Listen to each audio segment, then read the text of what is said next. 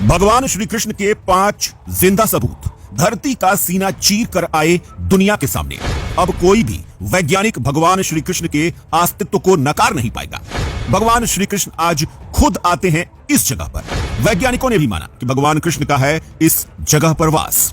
भगवान श्री कृष्ण के इन सबूतों को देखकर आप ही नहीं बल्कि अरब देशों तक के वैज्ञानिक बन चुके हैं उनके भक्त। दोस्तों, हमारे धर्म ग्रंथों में भगवान श्री कृष्ण को परम सत्य बताया गया है। भगवान श्री कृष्ण कोई अवतार नहीं बल्कि खुद इस अनंत विश्व के सृजन करता है और उनसे बड़ी कोई भी शक्ति इस दुनिया में या इससे बाहर मौजूद नहीं है, क्योंकि भगवान श्री कृष्ण ही आदि हैं, अनंत हैं और शाश्वत हैं।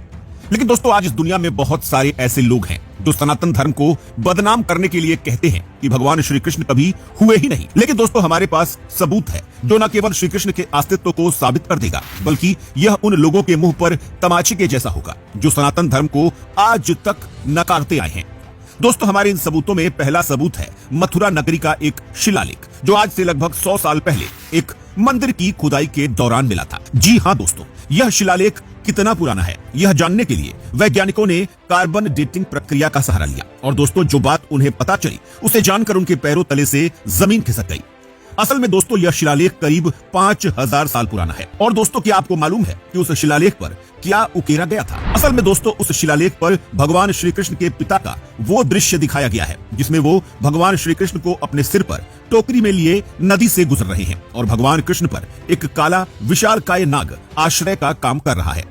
और दोस्तों, 5000 साल पुराने शिलालेख से यह पूरी तरह से सिद्ध हो गया कि भगवान श्री कृष्ण न सिर्फ धरती पर आए थे बल्कि उन्होंने इस धरती पर आने के बाद जो भी लीलाएं रची थी वह पूरी तरह से सच थी। और दोस्तों, इसी कड़ी में हमारा दूसरा सबसे बड़ा सबूत है वह द्वारिका नगरी, जिसे भगवान श्री कृष्ण ने मथुरा नगरी छोड़ने के बाद बसाया था।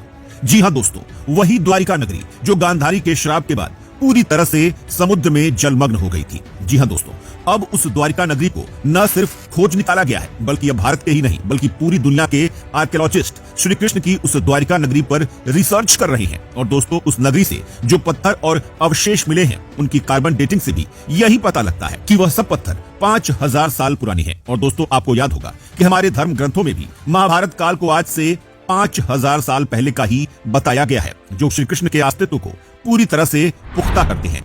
वहीं दोस्तों, भगवान श्री कृष्ण के अस्तित्व को वैसे तो कोई भी नकार नहीं सकता और हम नहीं बल्कि नासा तक के वैज्ञानिक इस बात को जानते हैं कि भगवान श्री कृष्ण न सिर्फ यहाँ जन्मे थे बल्कि उन्होंने यहाँ पर अपनी लीलाएं भी रची थी। और दोस्तों, आज हम आपको भगवान श्री कृष्ण की लीला का एक ऐसा सच बताने वाले हैं जिसे सुनकर शायद आपको अपने कानों पर यकीन न हो। जी हाँ दोस्तों, हम वृंदावन के निधि वन की बात कर रहे हैं जहाँ आज भी भगवान श्री कृष्ण राधा रानी और बाकी गोपियों के संग रास लीला रचाते हैं। और दोस्तों, शायद आपको मालूम न हो कि आज तक कोई इंसान रात के वक्त उसने जीवन में भगवान श्री कृष्ण की लीला को नहीं देखा है। और जिस किसी ने भी रात में चोरी छुपे निधि वन में रहने की कोशिश की तो या तो वह सुबह होते होते पागल हो गया या वही रात उसकी जिंदगी की आखिरी रात बन गई। और दोस्तों, यही नहीं, वृंदावन में एक ऐसा मंदिर भी मौजूद है जहां भगवान श्री कृष्ण आज भी रात को आते हैं। जी हाँ दोस्तों, आपको सुनकर शायद यकीन ना हो लेकिन एक मंदिर में पुजारी हर रात भगवान श्री कृष्ण के लिए साज श्रृंगार के सामान के साथ बहुत सारी चीजें छोड़ते हैं और उनका बिस्तर भी